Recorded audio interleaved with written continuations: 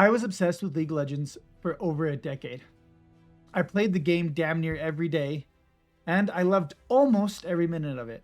Sure, it pissed me off at times, but what great game doesn't? I tried out every role and did my best to climb ranked, but slowly over the years, my love for League started to fade. My friends stopped playing or started playing more casual modes like ARAM and Arena. So naturally, I started to look at other games.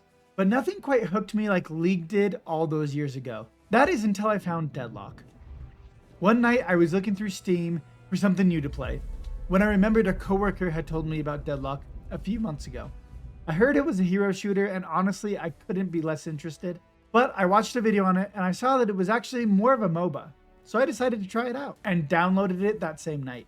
The first few games I played were wild. I had no idea what was going on. I would die, have no idea what killed me. I would see a hero absolutely stomp the lobby, so naturally, I would pick that hero the next game and get decimated. But I was having a ton of fun. Win or lose, it was a great time. The next day, I went straight back. It made me feel like League of Legends did all those years ago. Fast forward a few months now, and I've played about 225 games.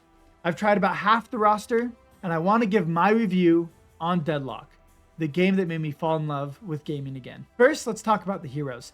Deadlock has a small roster of about 38 heroes, but honestly, coming from League and being a new player, 38 heroes is a blessing. I can't even imagine trying to start League right now with the 150 plus heroes that they have, but when you only have 38 to choose from, it's nice.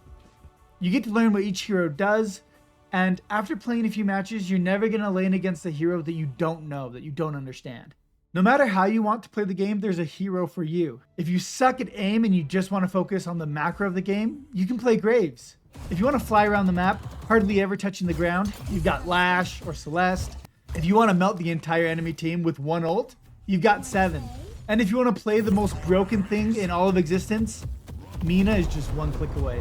Which leads me to my next point, balance. The balance in Deadlock isn't perfect, but it's fun, and it changes pretty regularly. There are a few heroes that shine above the rest, but it never feels like there's nothing you can do about it. They have plenty of comeback mechanics, so if you fall behind in lane, you aren't going to be locked into a 45-minute game where you're worthless the entire time. And depending on which hero is giving you a hard time, there is an item you can build to help counter that hero, and it will make it much more manageable. Which leads me to my next point, items. This is where I think Deadlock truly shines.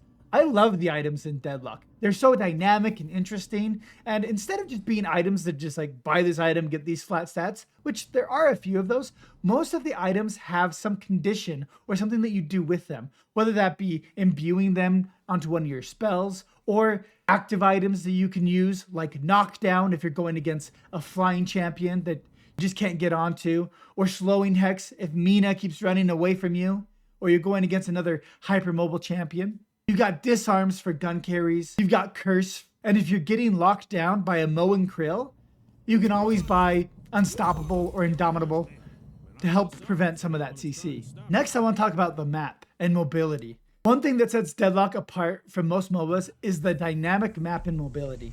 The map is based on New York City, but it's got a 1940s with like an occult aesthetic. It features vertical combat, so you can climb buildings, there's flying heroes, and you can really plan out how you want to engage and take your next fight. Because of this, there's so much skill expression and playstyle that you can put into the mobility of the game. And even if you're just running away, you can find creative and unique ways to juke out your enemy, as long as they don't cut you off. And lastly, I want to talk about the community.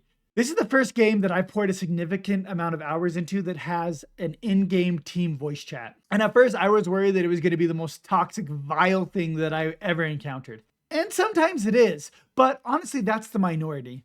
Most of the time, the community is fucking fantastic. It's positive and uplifting and supportive. I find that if I go into a game and I start out the communication with positivity, you know, if I'm having fun with it and praising my teammates where they're doing well, that vibe will usually carry out throughout the game, even if we start to lose.